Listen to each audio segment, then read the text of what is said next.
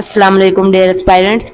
जैसा कि आप जानते हैं कि आज से हमारा जो कम्प्रीहेंशन का सेशन है वो स्टार्ट हो गया है और सीएसएस का प्रेसी और कंपोजिशन का जो पेपर होता है उसके अंदर ये वाला एक कंपलसरी क्वेश्चन होता है। प्रेसी और कंपोजिशन के पेपर में कम्प्रीहेंशन का क्वेश्चन बहुत ही ज़्यादा इम्पोर्टेंट होता है। उसकी वजह यह है कि जो एग्जामिनर होता है वो इसी के थ्रू आपकी ग्रामर हो गई, आपकी वोकेबलरी हो गई, जो आपकी एबिलिटी टू अंडरस्टैंड टेक्स्ट है वो आपका एग्जामिनर जो है वो इसी के थ्रू ही उसको परख लेता है।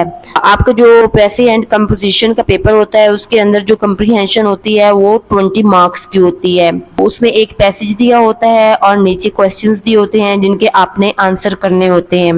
अब सबसे पहले हम देखते हैं कि जो सीएसएस में कंप्रीहेंशन का पैसेज आता है उसी को अनसीन पैसेज भी कहते हैं। जब हम स्कूल लेवल पे होते थे तो हमें वो एक आसान सा पैसेज आता था और वो हमने सॉल्व करना होता था, लेकिन जिस तरह से अब हमारा जो लेवल है वो बहुत ही हाई हो गया है, अब हम कॉम्पिटिटिव एग्जाम के लिए प्रिपरेशन कर रहे हैं तो हमें कम टाइम में बहुत ज़्यादा प्रोडक्टिव होना पड़ता है। तो हम जैसे कि देखते हैं कि कंप्रीहेंशन जो वर्ड है वो कंप्रीहेंड से बना है। कंप्रीहेंड का मतलब होता है एबिलिटी टू अंडरस्टैंड। तो यहाँ पे कंप्रीहेंशन का मतलब ये होगा कि हम जो पैसेज पढ़ रहे हैं उसको हम क्या समझने की सलाहियत भी रखते हैं। अगर हम समझने की सलाहियत रखते हैं तो जाहिर है हम उसके आंसर्स भी कर सकते हैं। एक प्रॉपर लेक्चर स्टार्ट करने से पहले मैं ये बताना ज़रूरी समझती हूँ कि कंप्रीहेंशन का पैसेज आखिर हमारे पेपर में ज़रूरी क्यों है और आखिर क्यों इस पैसेज को हमारे पेपर में रखा जाता है। डियर एस्पायरेंट्स, जब आपका सीएसएस क्लियर हो जाएगा तो जब आपका एक ऑफिस वर्क होगा, आपका एक फील्ड वर्क होगा, तो वहां पे आपका जो सीनियर होगा, फॉर एग्जांपल अगर उसके पास एक रिपोर्ट होगी तो वो आपसे ये कहेगा कि ये एक रिपोर्ट है, इसको पढ़ें और बाद में मैं इसमें से आपसे कुछ इंपॉर्टेंट बातें पूछूंगा। तो अगर आपने उस पैसेज को अच्छी तरह से समझा होगा तभी आप उनके आंसर्स कर सकोगे। यही वजह है कि जो आप क्वेश्चंस के आंसर्स करोगे कंप्रीहेंशन में वो आपके एबिलिटी टू अंडरस्टैंडिंग और रीडिंग टेक्स्ट पे ही डिपेंड करती है। डियर एस्पायरेंट्स, वैसे तो कंप्रीहेंशन को सॉल्व करने के 3 तरीके होते हैं। डियर एस्पायरेंट्स, पहला तरीका तो ये होता है कि हमें एक पैसेज दे दिया जाता है, नीचे 3-4 क्वेश्चंस भी दे दिए जाते हैं। इस पहले मेथड में बाज़ एस्पायरेंट्स ये करते हैं कि वो एक क्वेश्चन को पढ़ते हैं, पढ़ के आप ऊपर वाले पैसेज को फिर पढ़ते हैं, 1-2 लाइंस पढ़ते हैं, आप उस क्वेश्चन का आंसर लिखते हैं, बस आंसर मिल गया, बात खत्म। पहली लाइंस पढ़ी, उसमें आंसर मिल गया, आपने लिख लिया। दूसरा क्वेश्चन पढ़ा, आगे वाली थोड़ी सी लाइंस पढ़ी, आंसर मिल गया, लिख लिया। लेकिन फ्रेंड्स, इस तरीके का आपको कोई फायदा नहीं है, ये बिल्कुल ही बेकार तरीका है। वो मैं आपको बताऊंगी कि वो किस तरह से है। अच्छा, इसके आगे एक और तरीका भी है जो स्टूडेंट्स जो हैं वो अप्लाई करते हैं। उसमें वो क्या करते हैं कि कंप्रीहेंशन पैसेज जो होता है उसको डिवाइड कर लेते हैं। ये 3 लाइंस को डिवाइड कर लिया, ये 3 लाइंस को डिवाइड कर लिया, ये 3 लाइंस को डिवाइड कर लिया और ये 3 लाइंस में से उन्होंने मेन पॉइंट्स निकाले, साइड पे लिख लिए, इधर मेन पॉइंट्स निकाले, साइड पे लिख लिए और इधर मेन पॉइंट्स निकाले, साइड पे लिख लिए। अब ये सारा जो है वो क्या है, एक स्प्लिट मेथड है, आप लोगों ने ब्रेक किया है। जाहिर है अगर आप ऊपर वाले पैसेज के आंसर कर देंगे फिर नीचे वाले के पढ़ के कर देंगे, आपने 2-4 क्वेश्चंस के आंसर कर दिए, लेकिन अगर जहाँ पे थीम की बात आएगी, अगर एग्जामिनर ने आपसे थीम पूछा है वहां पे आप मार खा जाएंगे क्योंकि आपने पैसेज को मुकम्मल पढ़ा ही नहीं है, तो आपको पैसेज की एसेंस की समझ ही नहीं आई है। तो जब आपको पैसेज की एसेंस की समझ नहीं आएगी तो आप उसका थीम गलत लिख के आ जाएंगे। अगर फॉर एग्जांपल थीम का क्वेश्चन आता है तो आप उसका थीम गलत लिखेंगे और अगर आपने थीम ही गलत लिख दिया तो फिर अगली क्या बात है। अगर टाइटल पूछा हुआ है एग्जामिनर ने तो थीम गलत लिखा है तो टाइटल तो आपने ऑटोमेटिकली ही गलत लिखना है। तो एस्पायरेंट्स, ये तरीका भी आप लोगों ने बिल्कुल अप्लाई नहीं करना। तो फिर सबसे अच्छा तरीका क्या है?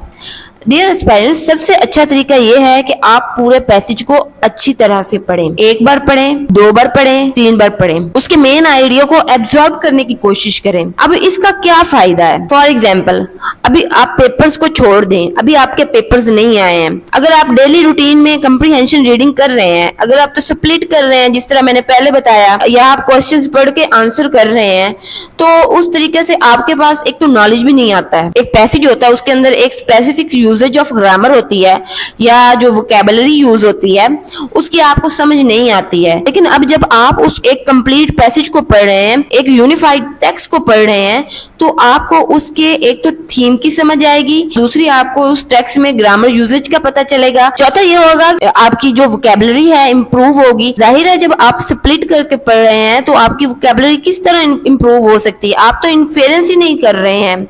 जब आप इन्फेरेंस नहीं कर रहे हैं, आप पिछले कॉन्टेक्स्ट को या अगले कॉन्टेक्स्ट को उस पर्टिकुलर वर्ड के साथ रिलेट नहीं कर रहे हैं, तो आपको उसके कॉन्टेक्स्ट की समझ नहीं आएगी, ना ही आपको वो वोकैबुलरी जो है वो एब्जॉर्ब होगी। तीसरा फायदा जो कि बहुत ही इंपॉर्टेंट होता है, अगर आप डेली रूटीन में ही पढ़ रहे हैं, कंप्रीहेंशन रीडिंग कर रहे हैं, आपको एक सब्जेक्ट मैटर मिलता है। सब्जेक्ट मैटर ये होता है कि आपके नॉलेज में इजाफा होता है। अब नॉलेज में इजाफा कैसे होता है? फॉर एग्जांपल आपने क्लाइमेट चेंज पे एक कंप्रीहेंशन रीडिंग की है, आपको अगर कोई ऐसे आ जाता है पेपर में तो आपके पास बैकग्राउंड नॉलेज होगा, तो आप क्या करेंगे, एक तो अच्छा आप उस टॉपिक पे बोल सकते हैं और दूसरा आप उस पे अच्छा लिख भी सकते हैं। आपने जो टेक्स्ट होगा उसको कंप्लीट पढ़ना है, एक तो आपकी वो डेली की रूटीन बन जाएगी, दूसरा आपको पेपर में वो बॉदर नहीं करेगी, आप उसके यूज्ड हो जाएंगे, तो आप उसको उसी तरीके से पढ़ेंगे जिस तरह से आप डेली रूटीन में पढ़ते हैं।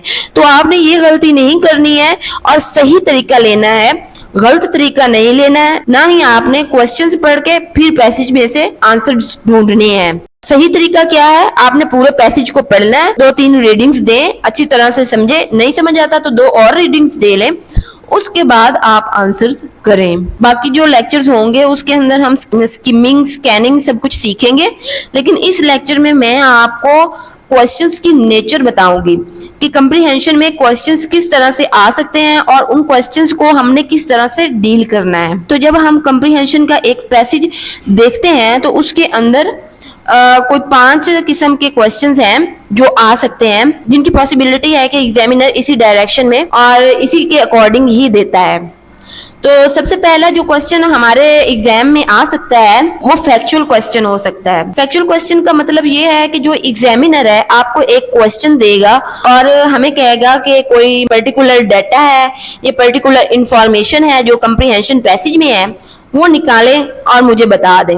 आप सामने वाले पैसेज को पढ़ेंगे, निकालेंगे इंफॉर्मेशन और बता देंगे। फॉर एग्जांपल के जो एग्जामिनर है आपसे ये क्वेश्चन कर सकता है, what is the primary reason for the increase in inflation in Pakistan in 2024। अगर ये वाला क्वेश्चन आता है तो आप सीधा सीधा पैसेज को पढ़ेंगे, पैसेज के अंदर कहीं डायरेक्ट रीजन ने लिखी होगी, आपने उठानी है, उसको अपनी अंडरस्टैंडिंग के मुताबिक लिख देना है।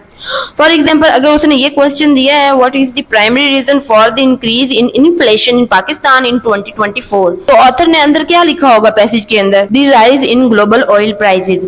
तो वो सीधा सीधा उसने लिखा हुआ है, उसको अपने वर्ड्स में लिख दे। डियर एस्पायरेंट्स, इसका मतलब ये है कि जो फैक्चुअल क्वेश्चंस होते हैं वो एक स्पेसिफिक डिटेल से रिलेटेड होते हैं कि एग्जामिनर जो है वो कंप्रीहेंशन पैसेज में से कोई स्पेसिफिक डिटेल निकालने के लिए कह सकता है। जी अगले क्वेश्चन पे चलते हैं। तो एग्जामिनर अगर कहता है कि ये वाला कंप्रीहेंशन पैसेज मैंने दिया हुआ है, उसमें से आपने टाइटल सजेस्ट करना है। पेरेंट्स, जब आपने टाइटल सजेस्ट करना है तो उसके लिए आपने 2-4 बातें जो है वो अपने जहन में बिठा लेनी है। सबसे पहला टाइटल लिखने का प्रिंसिपल ये है, जो कि मैं पहले भी प्रेसी में बता चुकी हूँ, कि आपका टाइटल जो है वो कंप्लीट सेंटेंस नहीं होना चाहिए। आपका जो टाइटल है वो फ्रेजल वर्ब हो सकता है, फ्रेजल नाउन हो सकता है, एडजेक्टिव फ्रेज हो सकता है। दूसरी बात जो आपने याद रखनी है वो ये है कि आपका टाइटल जो है वो किसी एक सेंट्रल इंसिडेंट जो होता है या सेंट्रल कैरेक्टर होता है उसके अकॉर्डिंग भी आप लिख सकते हैं। आपका टाइटल जो है वो सेल्फ गेस्ड होना चाहिए, ये नहीं कि आपने पैसेज में से निकालना है टाइटल और सीधा सीधा वहां पे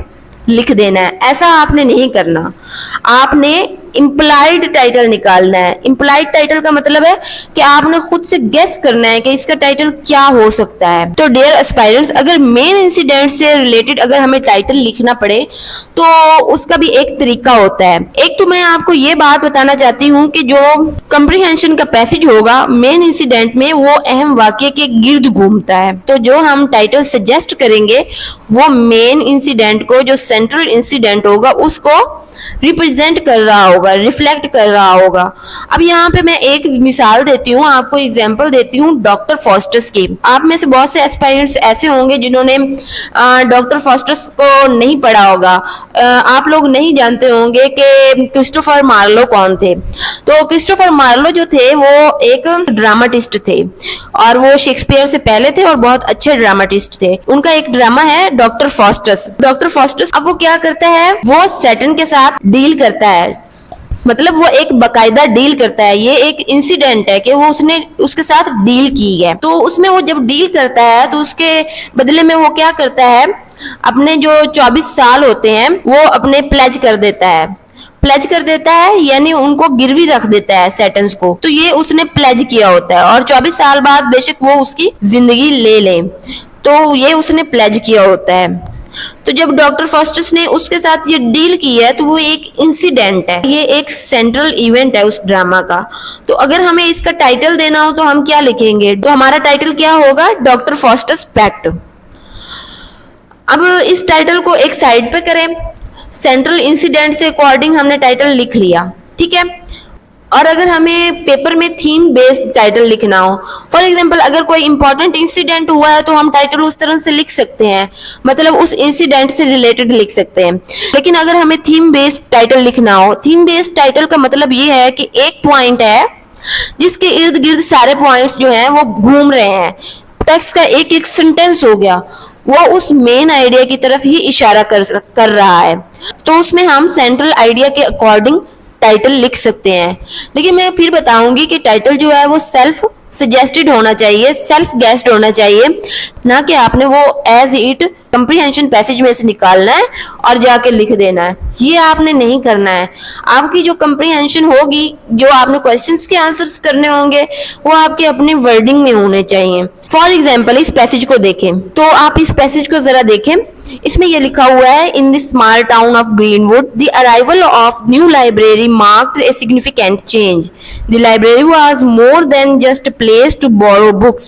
It became a hub of community activity. Residents who had once felt isolated now gathered for various events and discussions.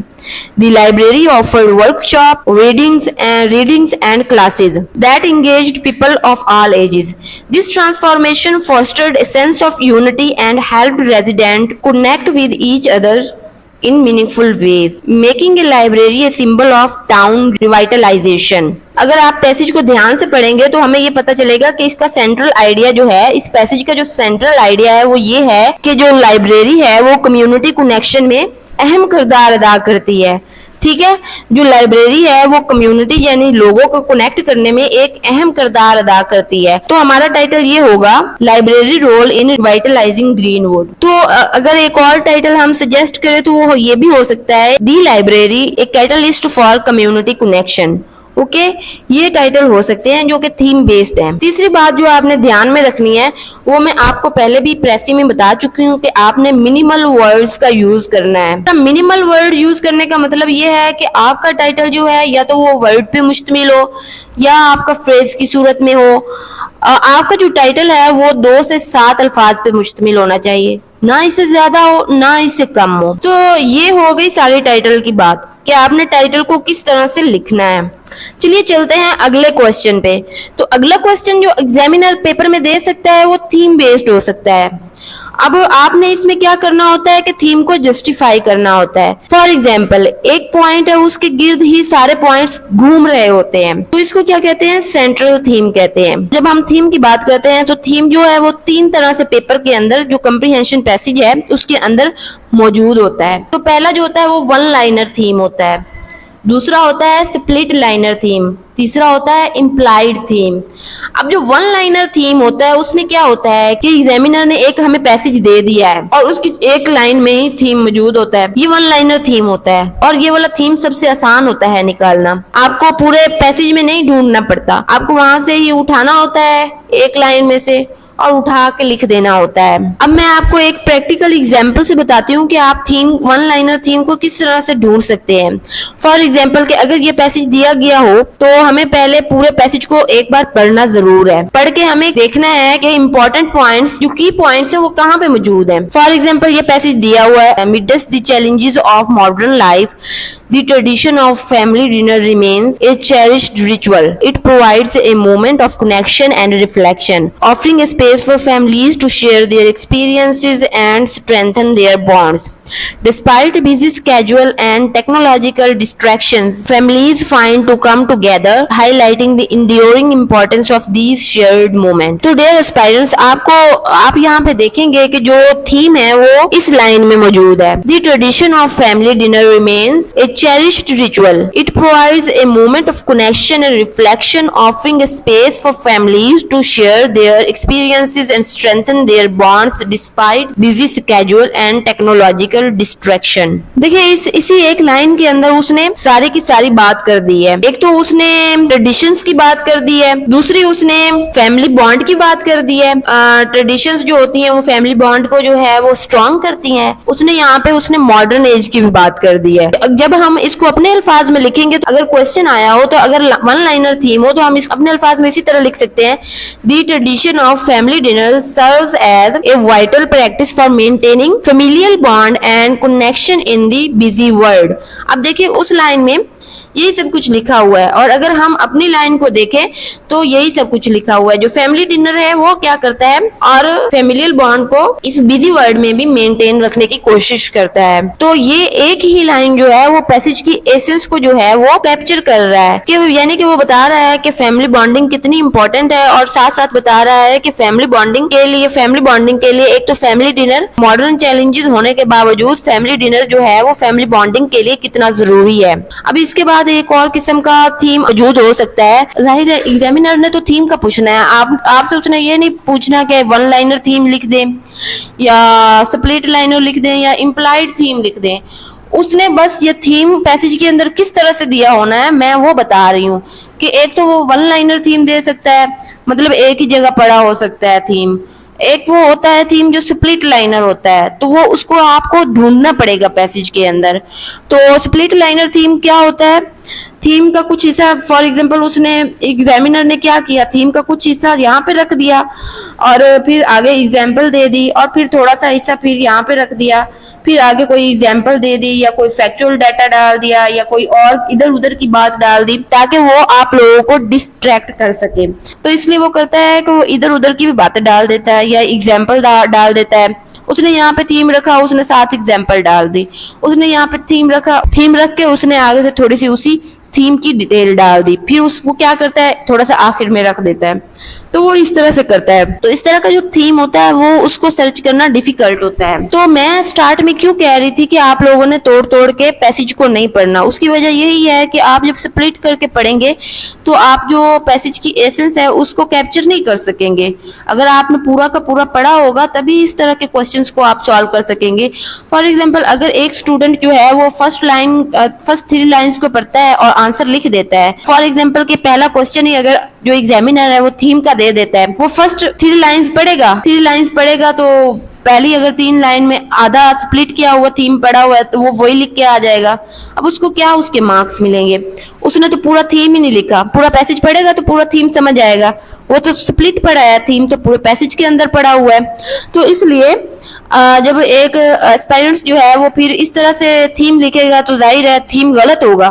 Theme जब गलत होगा तो ऑटोमेटिकली वो टाइटल भी गलत लिख के आएगा। तो आपने ये नहीं करना है। अगला जो थीम होता है जो पैसेज के अंदर मौजूद होता है वो एक इम्प्लाइड थीम होता है। मतलब जो इम्प्लाइड थीम होता है वो आपके पैसेज में एग्जैक्ट नहीं लिखा होता। जिस तरह स्प्लिट जो होता है थीम वो थोड़ा यहाँ पे पड़ा है, थोड़ा यहाँ पे पड़ा है और थोड़ा वहां पे पड़ा है, या वन लाइनर थीम हो गया वो एक ही जगह पड़ा है।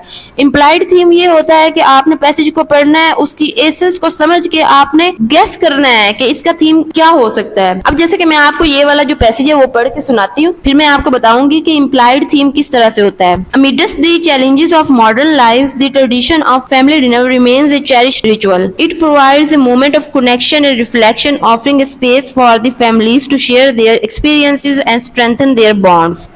Despite busy schedule and technological distractions, families find time to come together, highlighting the enduring importance of these shared moments. देखिए ये पैसेज इस बात पर फोकस करता है कि बावजूद मॉडर्न चैलेंजेस के फैमिली डिनर एक इम्पोर्टेंस रखता है। देखो यहाँ पे कहीं भी नहीं लिखा हुआ कि मॉडर्न चैलेंजेस होने के बावजूद फैमिली डिनर जो है वो इम्पोर्टेंस रखता है। उसने तो सीधा सीधा रखा हुआ है कि ये tradition of family dinner remain cherish ritual, कि एक जो है फैमिली डिनर की जो ट्रेडिशन है अभी तक कायम है। ये जो है वो फैमिलीज को कनेक्ट रखने में इम्पोर्टेंस रखती है। या वो कहता है कि इतनी बिजी लाइफ होने के बावजूद, इतने मॉडर्न चैलेंजेस होने के बावजूद भी फैमिलीज हैं वो एक दूसरे के लिए टाइम निकालती हैं और गैदरिंग होती है, वो एक दूसरे के साथ मिलके बैठती है। अब यहाँ पे उसने कहीं भी नहीं लिखा कि मॉडर्न चैलेंजेस होने के बावजूद भी फैमिली डिनर इंपॉर्टेंस रखता है। अब जो इम्प्लाइड थीम होता है वो भी तो यूनिफाइड टेक्स्ट के अंदर पाया जाता है। तो हमारा क्या थीम बनता है? तो डायरेक्ट हम नहीं लिखेंगे, क्योंकि हमने डायरेक्ट नहीं लिखना है पैसेज में से निकाल के, तो हम इसको कनेक्ट करके एक आंसर बना सकते हैं। तो हम क्या लिखेंगे? Despite modern challenges and distractions, family dinner remains a cherished tradition playing a crucial role in strengthening and maintaining the familial bond through shared moment. तो ये हमारा क्या होगा? जो राइटर ने पैसेज के अंदर इम्प्लाइड थीम दिया होगा और हमसे अगर पूछा होगा कि इसका थीम क्या है, तो हमें इम्प्लाइड थीम किस तरह से निकालना है। कि हमें अगर स्प्लिट लाइनर थीम नहीं दिया हुआ या वन लाइनर थीम नहीं दिया हुआ और थीम जो है वो पूरे पैसेज के अंदर एक यूनिफाइड टेक्स्ट की सूरत में मौजूद है, वो एग्जिस्ट करता है लेकिन हमें नजर नहीं आ रहा, तो हमें इम्प्लाइड थीम निकालना होगा। तो इम्प्लाइड थीम को आपको समझ आ गई होगी कि आपने इम्प्लाइड थीम किस तरह से निकालना है। चलिए चलते हैं चौथे क्वेश्चन की तरफ। तो चौथा क्वेश्चन जो हो सकता है वो अंडरस्टैंडिंग बेस्ड पे हो सकता है। अंडरस्टैंडिंग बेस्ड क्वेश्चन हो सकता है, या हम उसको कह सकते हैं कि एप्लीकेशन बेस्ड क्वेश्चन। यानी इस क्वेश्चन में एग्जामिनर जो होता है वो ये देखना चाहता है कि जो एस्पायरेंट है, जो सीएसएस का पेपर दे रहा है, आखिर उसकी टेक्स्ट को कंप्रीहेंड करने की और उसके समझने की कितनी सलाहियत है। क्या वो टेक्स्ट को समझने के काबिल है? जो सवाल नीचे दिए गए हैं उनको समझने के काबिल है, लिखने के काबिल है। जब आपको अंडरस्टैंडिंग बेस्ड क्वेश्चन आना है तो आपके लिए पैसेज में से उसका आंसर निकालते हुए कुछ अहम चीजें हैं जिसका आपने ध्यान रखना है। पहली तो बात यह है कि आपको वो क्वेश्चंस कुछ इस तरह से दे सकता है। पहला क्वेश्चन जो कि हमें आता नहीं है बहुत ज्यादा सीएसएस के पेपर्स में, लेकिन मैं बता देती हूँ। पहला क्वेश्चन एग्जामिनर जो है वो इस तरह से दे सकता है कि which of the following statement is right और wrong according to the passage. यानी वो पूछ सकता है ट्रू फॉल्स पूछ सकता है, करेक्ट इनकरेक्ट पूछ सकता है। कोई वो स्टेटमेंट दे देगा आपको क्वेश्चन में, वो कहेगा कि आया पैसेज को पढ़ो, पैसेज पढ़ के मुझे बताओ कि ये सही है या गलत है, तो आपने उसका जवाब देना होता है। ये अगर क्वेश्चन इस तरह से पेपर में आता है तो उसके आगे आपको एक्सप्लेनेशन भी देनी पड़ती है कि आखिर राइटर इसको गलत क्यों कह रहा है या राइटर इसको ठीक क्यों कह रहा है। तो इस तरह डायरेक्ट ट्रू फॉल्स वाले क्वेश्चन हमें नहीं आते हैं। अगर इस तरह के क्वेश्चन आए तो हमें उसके साथ आगे रीजन देनी पड़ती है, स्पेशली सीएसएस और पीएमएस के एग्जाम्स में। अगर हम देखें एमओडी का पेपर हो गया, इस तरह के पेपर्स जो हो गए उसके अंदर वो एमसीक्यूज आते हैं, तो उसके अंदर आपको ये ट्रू फॉल्स वाला चल जाता है। लेकिन इधर सीएसएस और पीएमएस में सिर्फ ट्रू फॉल्स पे बात नहीं खत्म होती, उसके आगे आपको रीजन बतानी पड़ती है कि राइटर आखिर इसे गलत क्यों कह रहा है या ठीक क्यों कह रहा है। अब दूसरा जो क्वेश्चन जो अंडरस्टैंडिंग बेस्ड जो एग्जामिनर पूछ सकता है वो है आरटीसी। अब आरटीसी का मतलब ये होता है रेफरेंस टू कॉन्टेक्स्ट। अब रेफरेंस टू कॉन्टेक्स्ट का मतलब ये होता है, फॉर एग्जाम्पल जो कॉन्टेक्स्ट है वो एक पैसेज है, उसके अंदर पर्टिकुलर सर्कमस्टांसेस होते हैं, उसको एक्सप्लेन कर रहा होता है, और जो दूसरे पॉइंट्स होते हैं वो उन सर्कमस्टांसेस को सपोर्ट कर रहे होते हैं। जो रेफरेंस हो गया, कोई एक पॉइंट हो गया जो उस कॉन्टेक्स्ट की तरफ इशारा कर रहा होता है। तो इसका मैं एग्जाम्पल के साथ आपको समझाऊंगी, और ये सब कुछ पैसेज के अंदर ही बताया होता है। मतलब ये हो गया कि एक स्पेसिफिक पॉइंट होगा जो एक बहुत बड़े मसले की तरफ इशारा कर रही होगी। जो स्पेसिफिक पॉइंट होगा वो क्या होगा? वो एक रेफरेंस होगा, और जो बड़ा मसला होगा वो एक्चुअली कॉन्टेक्स्ट होगा। अब मैं इसको आपको एक एग्जाम्पल के जरिए समझाती हूँ।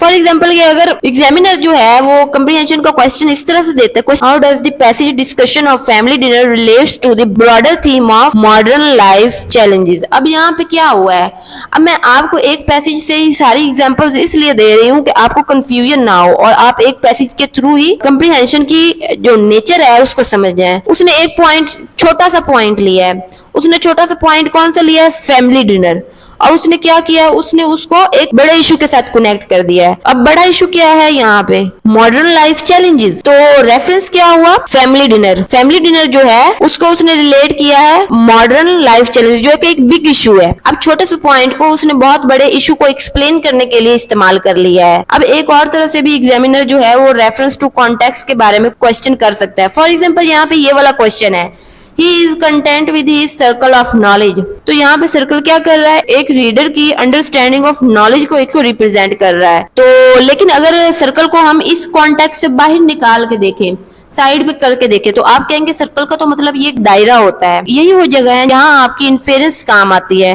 जैसे कि मैंने आपको प्रेसी में भी बताया था कि आपने कॉन्टेक्स्ट पूरे को देखना है और उसके अकॉर्डिंग ही आपने कोई भी वर्ड जो होगा उसका आपने मीनिंग गेस करना है। तो देखें, आपने यहाँ पे देखा होगा कि यहाँ पे सर्कल को हमने इस कॉन्टेक्स्ट से बाहर निकाल के पढ़ा तो वो दायरा होगा, और अगर हम इसको कॉन्टेक्स्ट में पढ़ेंगे तो इसका मीनिंग बिल्कुल चेंज हो जाता है। तो अगर हम देखें कि जो स्टूडेंट्स होते हैं, बहुत से स्टूडेंट्स होते हैं जो कि क्वेश्चन पढ़ के फिर आंसर कर रहे होते हैं, तो उनको तो थीम की समझ ही नहीं आती। अगर उनको थीम की समझ नहीं आएगी तो वो आउट ऑफ कॉन्टेक्स्ट इस सर्कल को लेंगे और जाके उसका मीनिंग क्या लिख देंगे, उसका मीनिंग यहाँ पे वो अंडरस्टैंडिंग ऑफ नॉलेज है और वहां पे वो और उसका मीनिंग लिख के आ जाएंगे। तो ये है रेफरेंस टू कॉन्टेक्स्ट क्वेश्चन जो कि एग्जामिनर पूछ सकता है। तीसरा जो है, एग्जामिनर अंडरस्टैंडिंग बेस्ड क्वेश्चन पूछ सकता है, वो सिनोनिम और एंटोनिम्स होते हैं। उसने सिनोनिम दिए होते हैं और वो कह सकता है कि आप लोग इसके जो हैं वो एंटोनिम्स लिखे या सिनोनिम्स के मीनिंग लिखे।